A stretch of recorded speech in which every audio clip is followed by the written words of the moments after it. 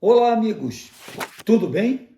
Que Napoleão foi um verdadeiro gênio na arte da política, isso ninguém discute. Foi realmente um grande general, como também existiram outros generais na história, César, Aníbal, Pompeu, né? Realmente, Bonaparte está nesse elenco de gênios militares da história. Pois é, mas até mesmo os gênios militares têm seus fracassos. Eu queria falar nesse vídeo, muito objetivamente com vocês, sobre alguns fracassos militares de Napoleão, fracassos estratégicos. Mas antes de mais nada, é importante a gente lembrar aqui como foi que Napoleão ganhou notoriedade dentro da França. Ora, Napoleão apareceu na França, ficou famoso, né, durante a Revolução Francesa. Ele era um jovem general, aliás, chegou ao generalato ainda muito jovem, né, e liderou a resistência francesa contra as tentativas contra-revolucionárias de monarquias vizinhas da França que pretendiam fazer uma intervenção no país para frear os ideais iluministas, liberais da Revolução Francesa. Napoleão foi o grande líder da resistência francesa. Com isso, ele acabou se tornando o primeiro cônsul da França, através de um golpe de Estado, o golpe do 18 Brumário, que a gente já abordou em outros vídeos, e, posteriormente, acabou se tornando imperador da França, né, através de um plebiscito. Ora, a partir daí, ele iniciou uma grande expansão imperialista francesa por toda a Europa, intervindo militarmente em vários países, formando aí alianças forçadas. Ele chegou até o norte da África, enfim, construiu um império imenso, né? E isso tudo, claro, usando, né, do seu poderoso exército e toda a sua genialidade no comando desse exército que ele tinha uma capacidade, um carisma impressionante em relação aos soldados, né, para comandar.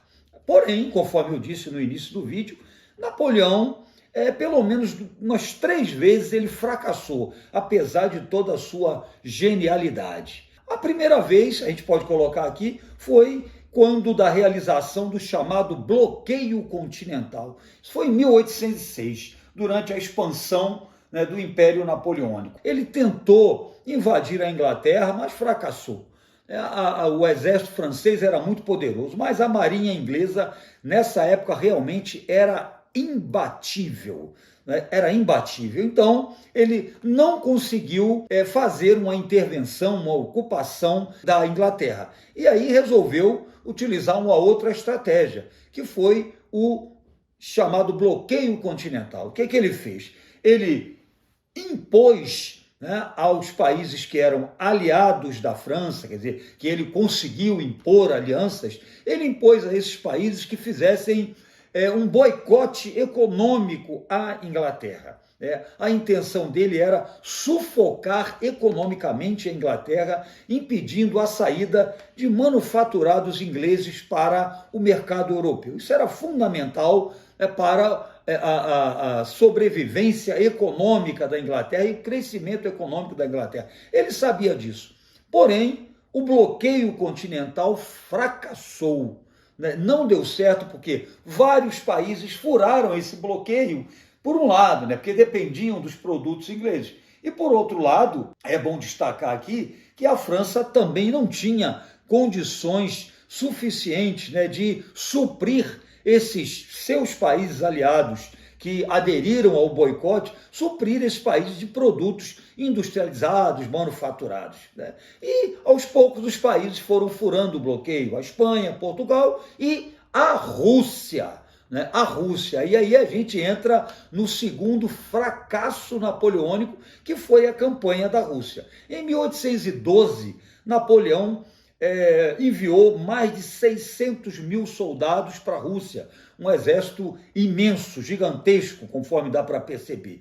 A intenção era retaliar a Rússia em função dos russos terem furado o boicote econômico à Inglaterra, o chamado bloqueio continental. Ora, só que o que os russos fizeram? Eles utilizaram uma tática de guerra que é conhecida como tática da terra arrasada. Consiste em quê?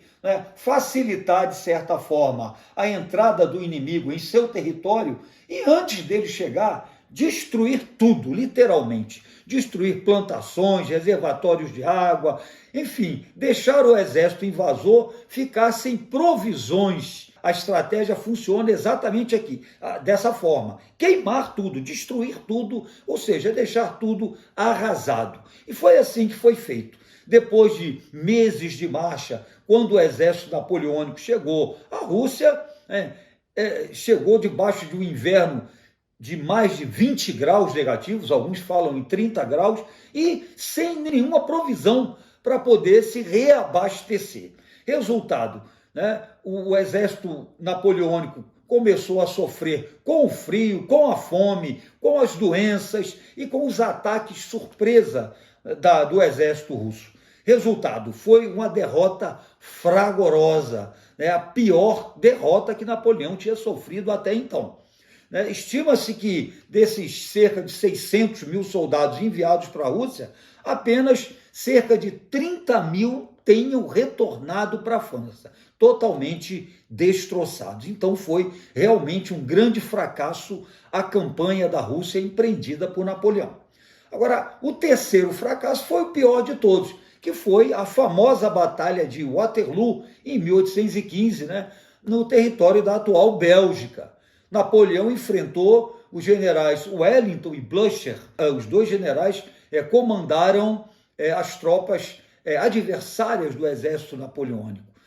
Eles se colocaram numa posição favorável no território onde ocorreu essa batalha, que só durou um dia, detalhe.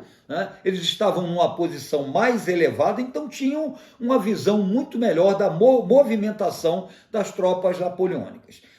Ora, na véspera da batalha houve muita chuva, o terreno onde estavam os soldados napoleônicos estava encharcado, tudo isso atrapalhou demais o avanço napoleônico e, apesar de, em número de soldado e em poder de fogo, os dois exércitos estarem mais ou menos equilibrados, o que aconteceu? Napoleão sofreu uma grande derrota. A estratégia utilizada por ele não funcionou, o general Wellington não caiu na estratégia elaborada por Napoleão, e resumo da ópera é que foi a maior derrota sofrida por Napoleão. Essa derrota, inclusive, marcou o fim da chamada Era Napoleônica e o exílio de Napoleão.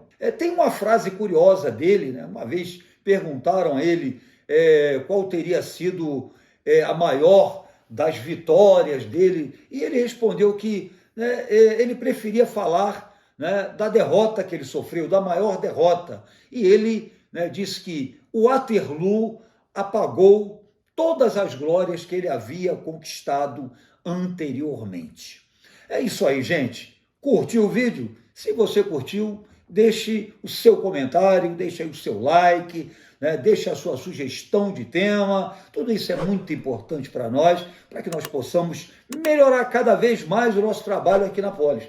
Não deixa de dar um pulinho lá também no Instagram, porque tem muita coisa legal por lá. Não esqueça de se inscrever e ativar também as notificações. Um grande abraço, Polis, para vocês, um beijo e até o próximo vídeo.